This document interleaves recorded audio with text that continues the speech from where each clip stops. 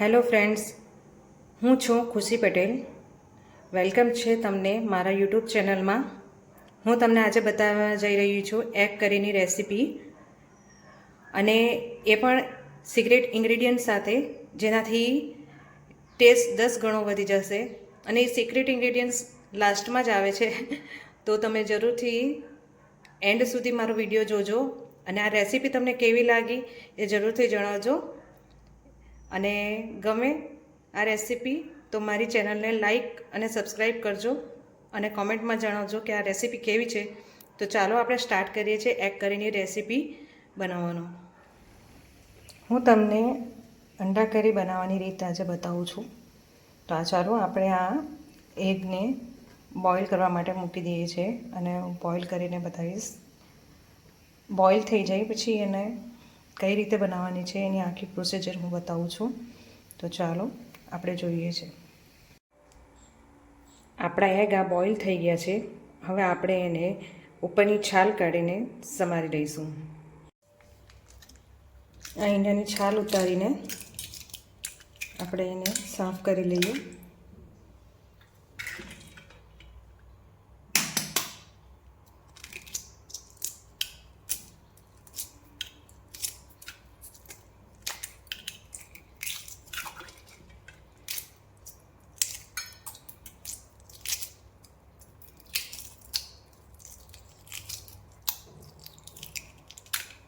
આવી રીતે બધા જ ઈંડાને આપણે છાલ ઉતારી દેવાની છે. આપણા બધા ઈંડાની છાલ ઉતરી ગઈ છે. હવે આપણે એની ગ્રેવી બનાવવા માટે તૈયારી કરીશું. મેં અહીં 6 કાંદા લીધા છે, અને એ પણ મીડિયમ સાઇઝના છે, બહુ મોટા પણ નથી. એના માટે જો તમારી પાસે મોટા હોય અને તમારે 5 કાંદા 4 કાંદા લેવા હોય તો લઈ શકો છો. અને હું ગ્રેવી સાથે રાઈસ સાથે ખાવાનું છે એટલા માટે થોડા વધારે લીધા છે. જો તમારે કંઈક રોટી, પરાઠા, નાન સાથે ખાવું હોય તો તમે થોડી કમ ક્વોન્ટિટીમાં ગ્રેવી બનાવો તો પણ ચાલશે. તો મેં આ 6 કાંદા લીધા છે અહીંયા.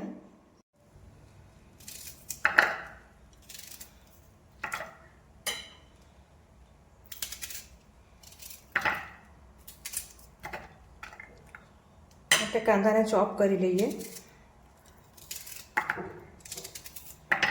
ચોપરની મદદથી.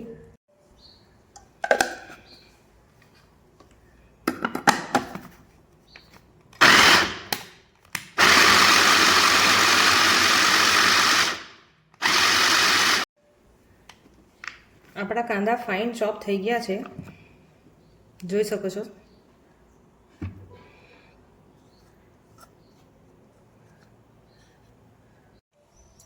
અહીં અમે 3 ટામેટાં, નાનો અદરકના ટુકડા અને લસણ થોડું વધારે લીધું છે, કારણ કે અમે લસણ વધારે ખાઈએ છીએ એટલે થોડું વધારે લીધું છે. જો તમને નહીં ભાવતું હોય અને થોડું ઓછું નાખવું હોય તો તમે આદુમાં પણ બનાવી શકો છો, પણ લસણનો ટેસ્ટ થોડો વધારે સારો લાગે છે એટલે હું લસણ વધારે નાખું છું. હું અહીં આદુ લસણ ટામેટાની સાથે જ પીલી નાખું છું. ઘણા લોકો અલગ વાટે છે, ક્યાં તો પછી આવી રીતે મિક્સર જારમાં પીલી કાઢે છે આદુ લસણ, પણ સરખું પીલાતું નથી અને અંદર પાણી ઉમેરીને એની પેસ્ટ બનાવવી પડે છે. એટલે હું ડાયરેક્ટ જ આની અંદર જ આદુ અને લસણ નાખી દઉં છું, જેથી આની અંદર પીલાઈ પણ જાય, અને જ્યારે ટામેટાં ચડશે એટલે એની સાથે જે બફાઈ જશે. અમુક લોકો કહેશે કે કાચો ટેસ્ટ લાગે છે, પણ એવું નથી લાગતું. તો તમે એકવાર ટ્રાય કરીને જોજો કે આની અંદર પીસીને તમે બનાવશો તો તમને કાચો ટેસ્ટ લાગશે કે નહીં લાગે. તો તમે એકવાર જરૂરથી ટ્રાય કરજો. આની અંદર જ પીસીને તમે ડાયરેક્ટ જ આદુ લસણને આની અંદર જ પેસ્ટ બનાવીને ઉમેરી શકો છો.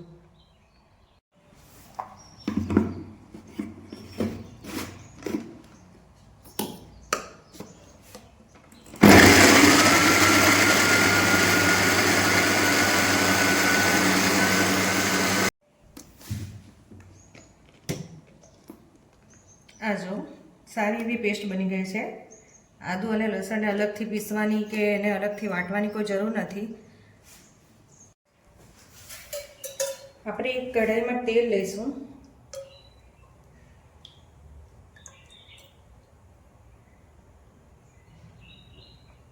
જો તમે તેલ ઓછું ખાતા હોય તો તમે થોડું ઓછું લેજો, જે વધારે ખાતા હોય તે થોડુંક ક્વોન્ટિટીમાં વધારે રાખે. હું થોડુંક વધારે ઉમેરું છું અહીંયા.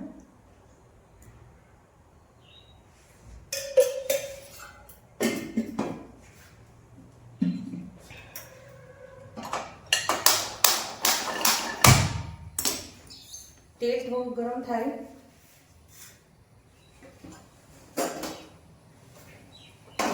પછી એની અંદર આપણે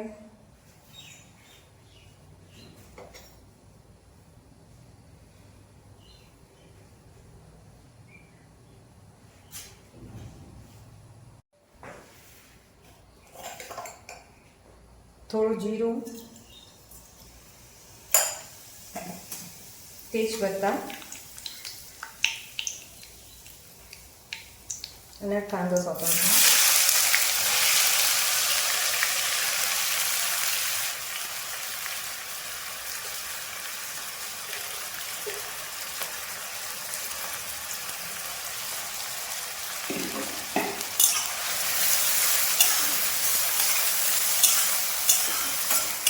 કાંદો જ્યાં સુધી બ્રાઉન નહીં થાય ત્યાં સુધી સાંકળવાનો છે.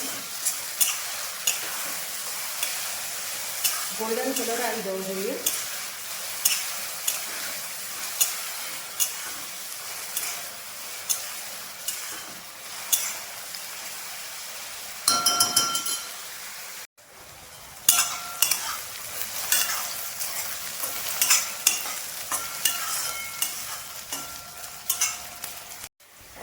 આપણો કાંદો હજી ગોલ્ડન બ્રાઉન થઈ ગયો છે. હવે એની અંદર આપણે ટામેટાની પ્યુરી ઉમેરી લઈએ. જે આદુ લસણ સાથે પીસી હતી ને, તો જ્યારે ટામેટા આની અંદર ચડશે તેની સાથે જ આદુ લસણ બી બફાઈ જશે અને એનો કાચો ટેસ્ટ પણ જતો રહેશે. એવું નથી કે કાચો ટેસ્ટ રહેશે.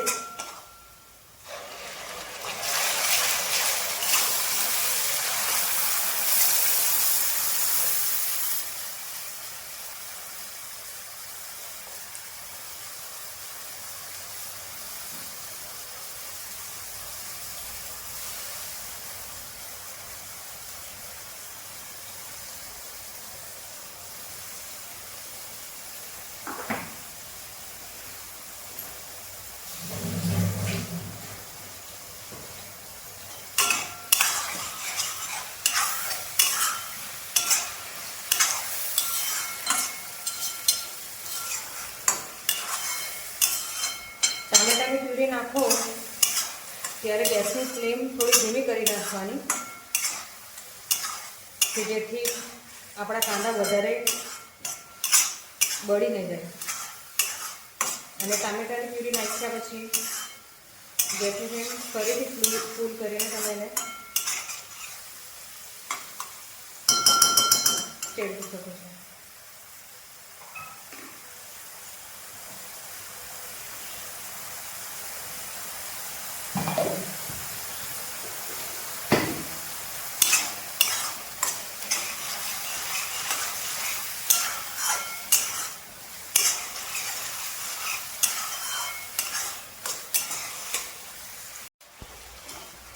તમે જોઈ શકો છો કે તેલ પણ છૂટું પડી ગયું છે.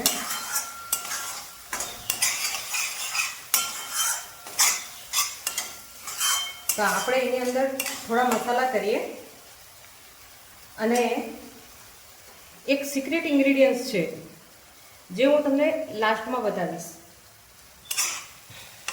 અને એ સિક્રેટ ઇન્ગ્રેડિયન્ટ્સથી નાખવાથી એનો ટેસ્ટ, આ શાકનો ટેસ્ટ એટલો જબરદસ્ત થઈ જાય છે.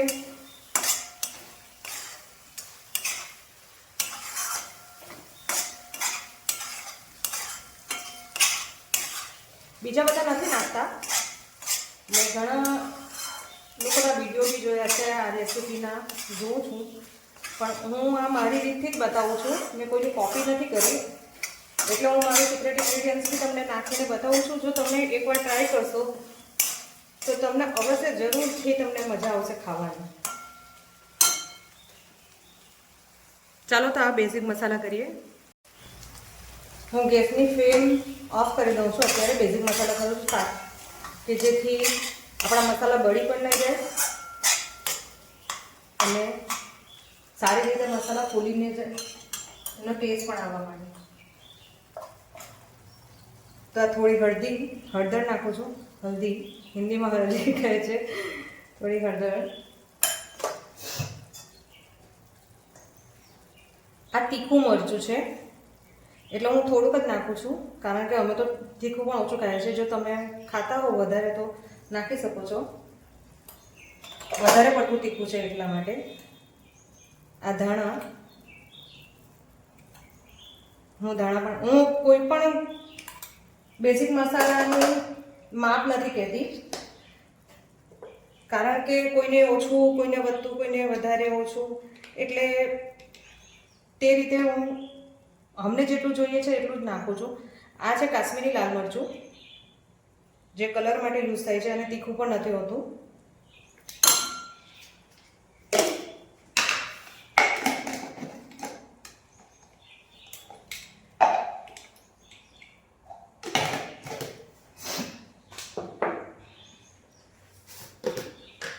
થોડું મીઠું.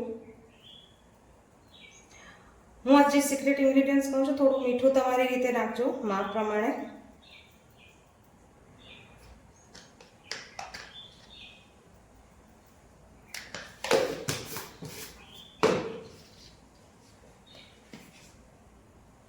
આ ગરમ મસાલો છે, 1 ચમચી નાખું છું.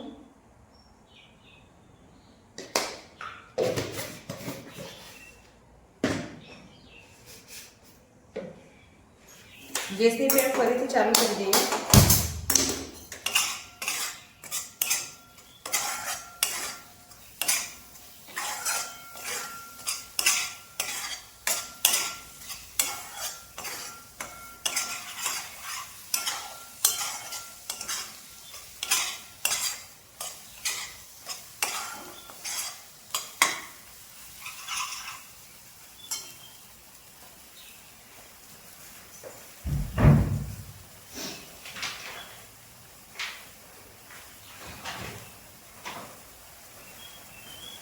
અને આની અંદર થોડું ટોમેટો કેચઅપ પણ યુઝ કરું છું, થોડું, વધારે નહીં, બસ.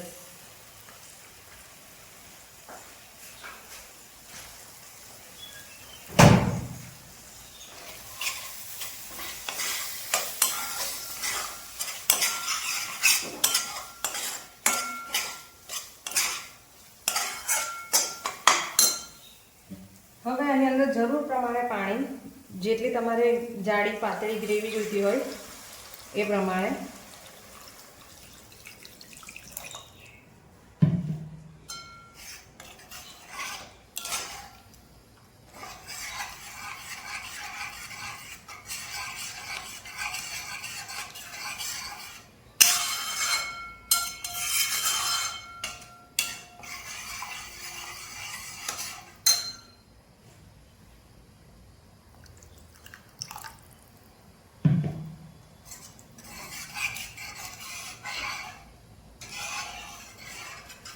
આને થોડું ઉકળવા દઈએ. પાણી ઉકળવા માંડ્યું છે. હું જે તમને સિક્રેટ ઇન્ગ્રેડિયન્ટ્સ કહેતી હતી એ છે આ soya sauce, dark soya sauce, જે એકદમ નોર્મલી થોડોક જ નાખવાનો હોય છે, વધારે પડતો નહીં, કે જેથી એનો ટેસ્ટ એટલો ફાઇન થઈ જશે.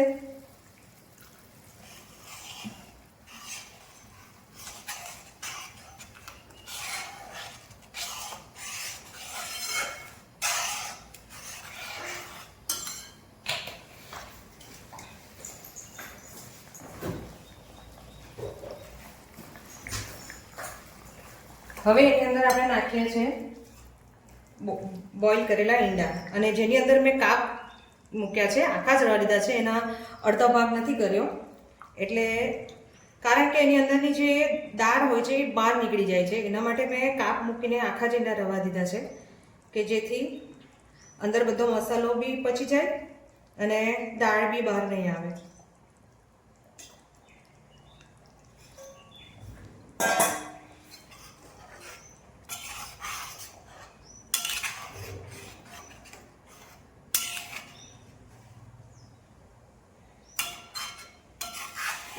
હવે આને થોડી વાર માટે ઉકળવા દઈએ છીએ. થોડોક એની ગ્રેવી થોડીક ઘાટી જાડી થઈ જાય ત્યાં સુધી.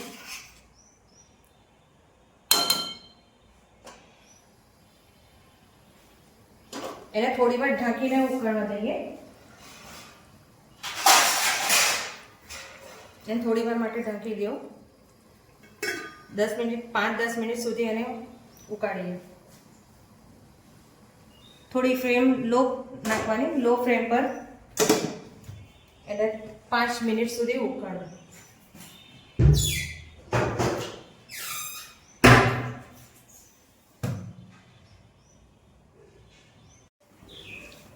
આપણે એકવાર ચેક કરી લઈએ.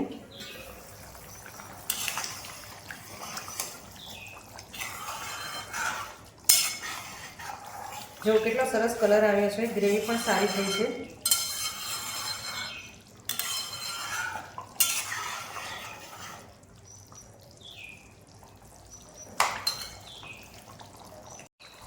હવે આપણે એની અંદર નાખીએ છીએ કસ્તુરી મેથી, જેથી એનો ટેસ્ટ હજી પણ 10 ગણો વધી જાય. એના માટે થોડીક મસળીને નાખી દઈએ એટલે ઝીણો ભૂકો થઈ જાય.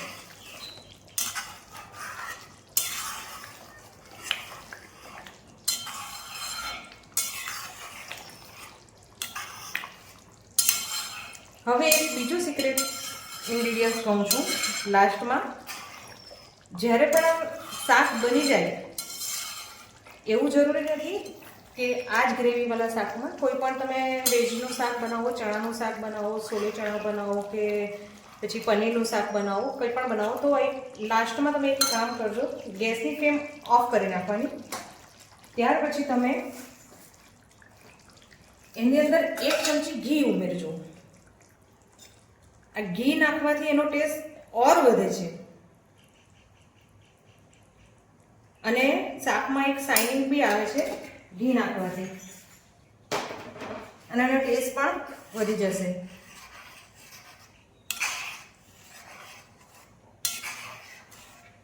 પણ ઘી નાખતી વખતે ગેસને ઓફ કરી દેવો, ચાલુ નહીં રાખવો.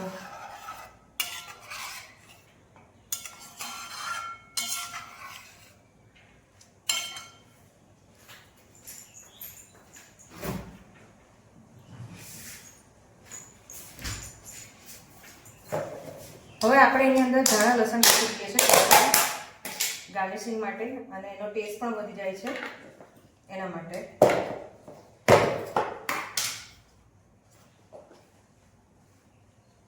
તો થોડા ધાણા નાખીએ.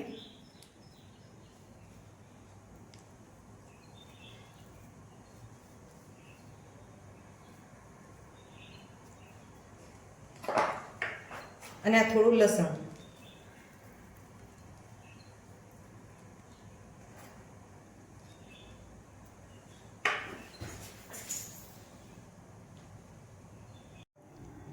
હવે તમે મને કહેશો કે આ રેસીપી તમને કેવી લાગી,